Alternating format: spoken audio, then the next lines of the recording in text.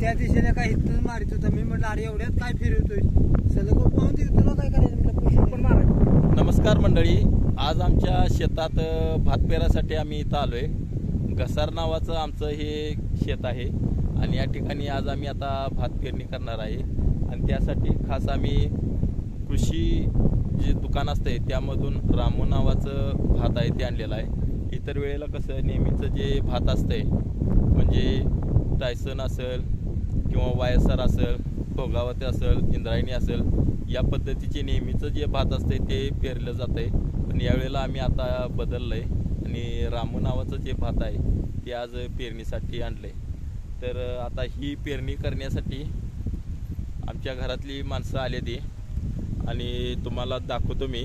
पेरणी कोल्हापूर भागात म्हणजे पन्हाळागड हे आमचं ठिकाण येतं आहे. या ठिकाणी भात पेरणी कशा पद्धतीने करतात हे मी तुम्हाला दाखवणार आहे. आता हे इथं आमचं क्षेत्र म्हणजे 2 मोठे वाफे आहेत ती या ठिकाणी पेरणार आहे. आणि यासाठी आमच्या घरातली मंडळीसुद्धा या ठिकाणी आलेली. आमची आई आल्या, भाऊ आल्यात, वहिनी, अथर्व, वैभवी ही दोघंसुद्धा आले ती. आम्ही तसेच पेरक्यासुद्धा आहे या ठिकाणी. एकूण 7-10 माणसं आम्ही या ठिकाणी कुरीनं भात पेरणार आहे. आणि ही पेरणी आता कशा पद्धतीनं होत्या ते आता मी दाखवण्याचा तुम्हाला प्रयत्न करणार आहे. पावसानं आज उघडीप दिल्या आणि महत्त्वाचं म्हणजे गेल्या 15 दिवसापूर्वी पाऊस जोरात लागला होता, त्यामुळे शेतात काहीच कामं करता येत नव्हती. पण आज बाकी या 2-4 दिवसात उघडीप दिल्यामुळे शेतकरी आता शेतातली कामं करत आहेत, तसेच पेरण्या वगैरे उरकून घेत आहेत. त्यामुळे पेरणीची लगबग आणि शेतातल्या कामांची लगबग असं दोन्ही कामं चालू आहेत. त्यामुळं हा व्हिडिओ इंटरेस्टिंग होणार आहे. त्यामुळे हा व्हिडिओ एकदम शेवटपर्यंत नक्की पहा. आणि आता या ठिकाणी इलासराव गायकवाड आमचे चुलत बंधू आहेत, ते भात पेरणीसाठी आले. ते वेळ झाला या भात पेरणीसाठी. आमच्या गावातल्या बऱ्याच जणांचं भात पेरून तो या ठिकाणी आला आहे. म्हणजे अशी बैलवाली जी लोक असतात त्यांच्याकडं भात पेरणीसाठी बरीच लोक मागं लागतात आणि बऱ्याच जणांची भात पेरणी करून आता संध्याकाळी शेवटी आमच्या शेताकडे आलाय बैल घेऊन. एक बैल मार्का आहे, त्याला असं पुढं धरायला लागतंय. अथर्वनी इलाभाऊ या दोघांनी या बैलाला घेऊन आता शेतात आलेले आहेत. आणि कुरीला आता ती बैलासनी कशी झुपतात ते सुद्धा मी तुम्हाला दाखवतो. आता एका बैलाला जो बांधायचं चालू आहे त्याला सापते आहेत खाली, बैलाच्या गळ्यात बांधण्यासाठी सापते असतात त्या. आता ह्यो बैल जरा मार्का आहे, दमिवतोय, त्याला असं वडून धरलंय अथर्वनं. होय ते काय म्हणायचं, हा कसरा कशासाठी मारते म्हणून डबल 2 कासरा आहेत या बैलाला. बैलांची नावं सांगा की. हा, या बैलांची सर्जा राजा अशी नाव आहेत. नावानं हाक मारली की बैल हालचाल आपोआप करतात. याला चाड म्हणतात आणि या चाड्यामधून भात खाली सोडलं जाते. या चाड्याला एकूण 4 होल आहेत आणि याला असे 4 पाईप आहेत आणि या खाली फण आहेत आणि या फणातून असं खाली भात खाली पडतंय. ही आता नवीन आधुनिक पद्धतीची ही कुरी तयार केलेली आहे. आणि आता ही बैल कुरीला झुपण्यासाठी तयार आहेत. आता कुरी कशा पद्धतीनं जुला झुपत्यात, बैल मागं पुढं कशी ऍडजस्ट करतात ते पण आता या ठिकाणी आपण बघूया.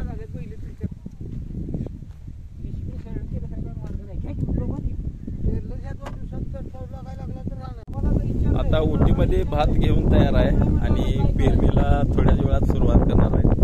आणि या ठिकाणी सुरू पेरक्या म्हणून आहे, पेरक्याचं काम करणार आहे. आणि अशा पद्धतीनं आता पेरणीला प्रत्यक्ष सुरुवात झाली आहे. कुरीला धरायला लागते मग दोन्ही साईडला. कुरी इकडं तिकडं सरकू नये, एका तालानं एका सुरात व्यवस्थित एका बाजूनं कुरी जावी लागते. आधीमधून जाऊन चालत नाही. आता भातात धन मिसळायचं चालू आहे.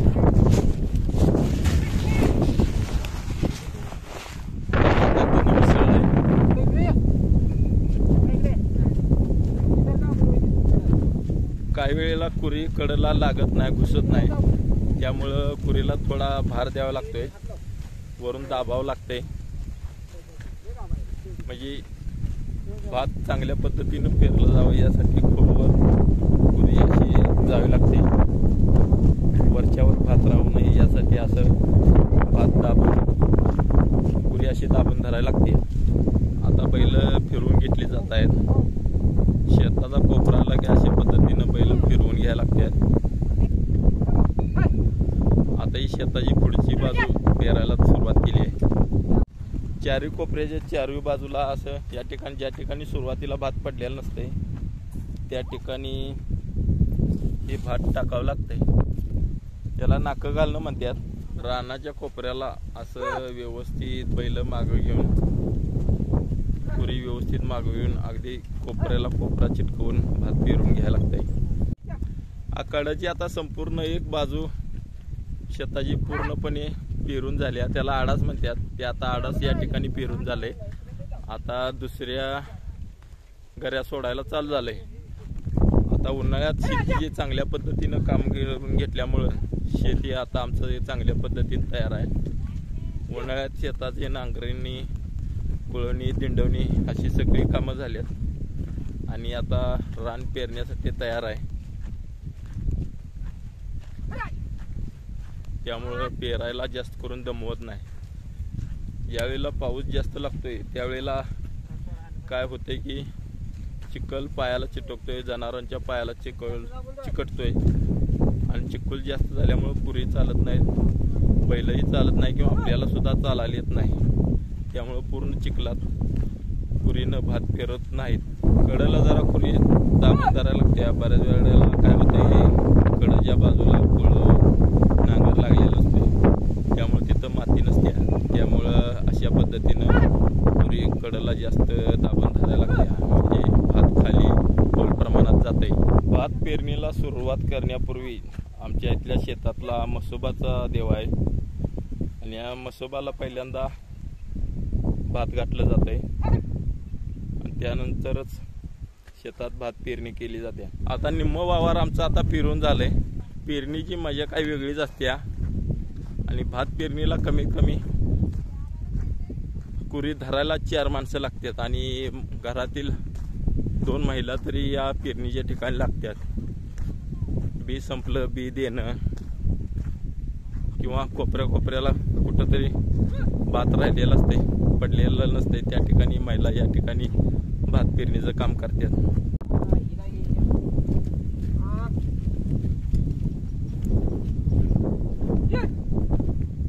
भात पेरताना शक्यतो फणाला फण जोडूनच भात पेरणी करावी लागते, म्हणजे 2 फणामधलं अंतरही एकसारखंच राहील याची काळजी घेतली जाते आणि त्यानुसार बैल हाकलली जातात. ह्या गऱ्या आहेत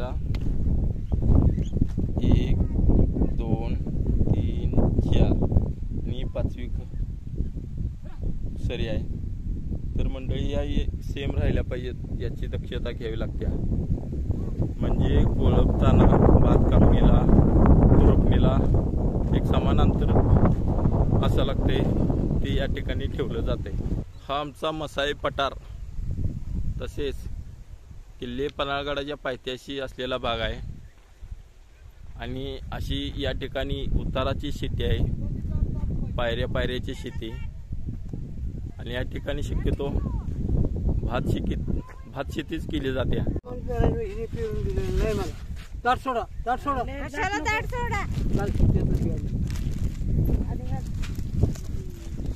हे भातात धन काय घालायचं? भातात धन काय घालायचं? का कर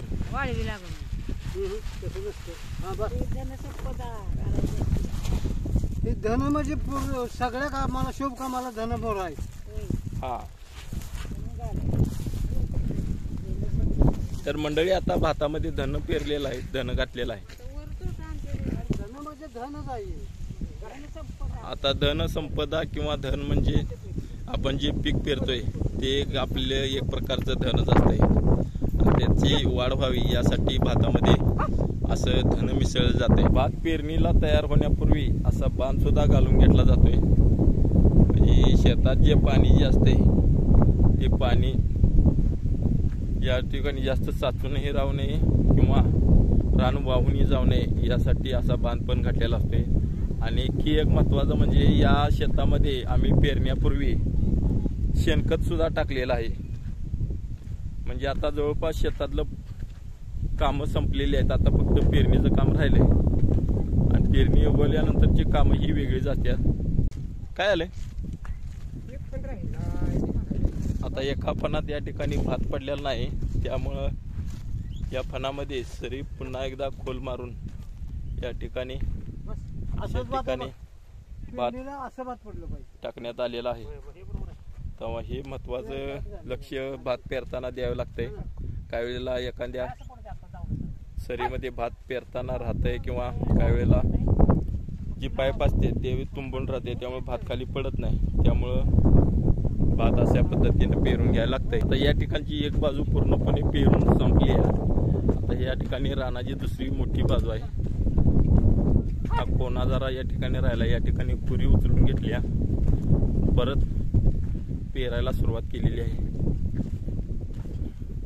तुम्हाला या व्हिडिओमध्ये दिसून येत असेल पेरलेला भाग कोणता आणि न पेरलेला भाग कोणता। आता छान मस्तपैकी वारा सुटला आहे, गार वारा, त्यामुळं लय दमायचं काय भानगड नाही किंवा घाम सुटायचं पण काम नाही, त्यामुळे पेरायला खूप मजा येत आहे।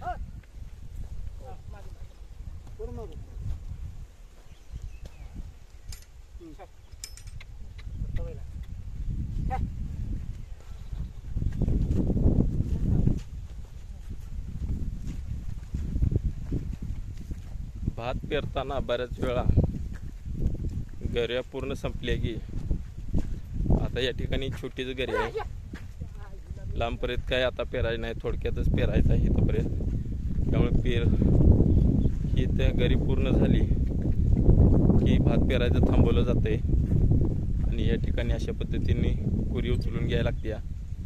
आणि कुरी उचलून घेण्यासाठी एक खास माणूस लागतो, एक किंवा दोन अशी, आणि परत कुरी फिरवून घेतली जाते। आणि ज्या ठिकाणी नवीन पेरायचं आहे त्या ठिकाणी ही कुरी ठेवली जाते। त्यानंतर पेरक्या भात पेरण्यासाठी परत पुन्हा एकदा सुरुवात करतात। अशा पद्धतीनं चारी होलामध्ये हे भात थोडं थोडं सोडलं जाते, झाडं म्हणते त्याला। एकसारखी मूठ धरायला लागते, एक संपली की दुसरी। या ठिकाणी अशा पद्धतीने भात पेरलं जातं। आता या ठिकाणी पेरणी चालू असल्यामुळे काही पक्षी पण जमा झाल्या। पेरत असताना काही किडे वगैरे असे बाहेर येतात आणि त्यांना टिपण्यासाठी हे पक्षी या ठिकाणी येत असतात। आता नवीन दुसऱ्या रानात आता पेरायला आम्ही सुरुवात करणार आहे आणि दुसऱ्या रानात आता बैल कुरी सकट घेतलेली आहेत। आता ओटीतलं भात संपलंय, त्यामुळं ओटीत नव्याने एकदा भात घेतलंय। आता तुझ्या झाली तू मी आहे ते सांग, त्याची पद्धत होतो काय येईल, काय करायला लागलाय? कडला येटाक घातलं जाते, कडच्या बाजूला असं कुरी सरकून घ्यायला लागत्या, कडनं बांधाकडनं कुरी व्यवस्थित चालत्या। त्यामुळं मध्य सेंटरला जे आऊत चालतंय किंवा कुरी चालते ते आता कडला अशा पद्धतीने येटाक घेऊन एका बाजूला सारून आता पेरणीला सुरुवात या ठिकाणी करणार आहे। आज पावसानं चांगली साथ दिली, या पावसाची उघडीप असल्यामुळे या ठिकाणी आम्हाला भात पेरणी करण्यास वेळ मिळाला आहे, नाहीतर पाऊस जर पडला असता तर पेरणी पुन्हा लांबवली असती। त्यामुळे आज उघडीप मिळाल्यामुळे भात पेरायला आम्ही सगळ्यांनी घेतलंय। बांधाकडला ज्या ठिकाणी पेरणी केली जाते त्याला कड असं म्हटलं जातंय, कडची बाजू म्हणून कड घेतली जाते असं म्हटलं जातंय। ही एक महत्त्वाची माहिती या ठिकाणी मी तुम्हाला या व्हिडिओद्वारे देण्याचा प्रयत्न करत आहे। तर मंडळी, या ठिकाणी अशी एकसारखी कुरी वाकून धरायला लागते। या जोपर्यंत पेरणी चालू आहे तोपर्यंत अशा पद्धतीने या ठिकाणी कुरी वाकून धरायला लागते। वाकून धरल्यामुळे बऱ्याच वेळेला कंबरदुखीचा शेतकऱ्यांना त्रास होतोय. बघा मंडळी, काही वेळेला कुरी बऱ्याच वेळा दाबून पण धरावी लागते, उचलावी पण लागते काही ठिकाणी. त्यामुळं पाय पण बऱ्याच वेळा भरून येतात एकसारखं असं वाकून चालून उचलून. आणि ही पेरणी दिवसभर काही वेळेला चालते, त्यामुळं शेतकऱ्याचा अक्षरशः असा कुट्टा निघतोय. तर मंडळी, शेती करणं तेवढं सोपं नाही किंवा शेतातलं कुठलंही काम करणं तेवढं सोपं नाही. प्रत्येक कामात त्रास हा सहन करावाच लागतोय, त्यानंतरच त्याचं चांगलं फळ मिळते. आणि तेही आपल्याला धान्याच्या स्वरूपात. जेव्हा आपल्या घरातली टोपली भरलेली असतात आणि टोपल्यामध्ये जेव्हा धान्य साठवलं जाते त्यावेळेला त्याचं चीज झालं असं शेतकरी समजतो. आता बऱ्यापैकी पेरणी आमची होत आली असली तरी या ठिकाणी ढगसुद्धा जमायला चालू झालेले आहेत आणि अंगावर एका दुसरा पाण्याचा थेंबसुद्धा पडत आहे. आता आमच्या पेरणीला थोडाच वेळ राहिला आहे, म्हणजे या ठिकाणची या शेतातली आमची पेरणी पूर्ण होणार आहे. बघूया आता पाऊस कितपत लागतोय न लागतोय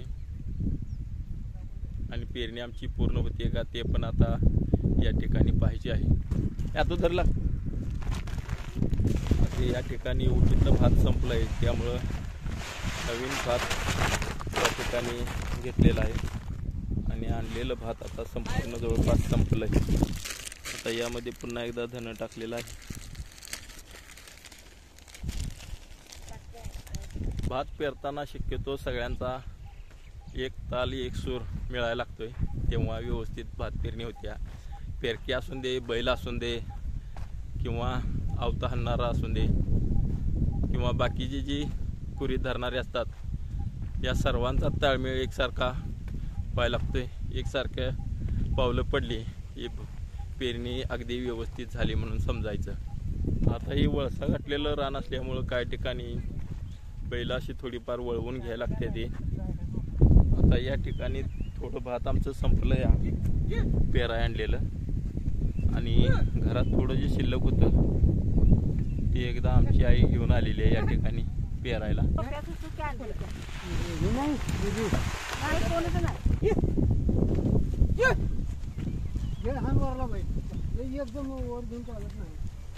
बऱ्याच वेळा पेरणी करताना पेरक्या बैलांच्यावर तसेच या ठिकाणी पेरणी होत्या तिकडं त्याचं चांगलं लक्ष असते. कोणत्या बाजूला बैल वळवून घेतली पाहिजेत, त्या बाजूला जास्त अंतर राहतंय, समान अंतर कसं राहील यासाठी अवतवाल्याला ते वारंवार सूचना देत असतात. तर मंडळी, भात पेरणीची ही लगबग तुम्हाला मी दाखवण्याचा या ठिकाणी प्रयत्न केलेला आहे. आता संध्याकाळ होत आली आणि आमची पेरणी पण या ठिकाणी संपत आलेली आहे आणि कुरीनं अशा पद्धतीनं भात पेरणी केली जात्या. तुम्ही माझ्या पाठीमागं पाहू शकताय, ढगाळ वातावरण झालंय आणि पाऊस पण कधी येण्याची शक्यता आहे. त्यामुळं आता आमची या ठिकाणची पेरणी पण आता बऱ्यापैकी संपलेली आहे. अथर्व, उद्या पण भात पेरायचा आहे, येणार ना? दुनियामध्ये घ्यायचे.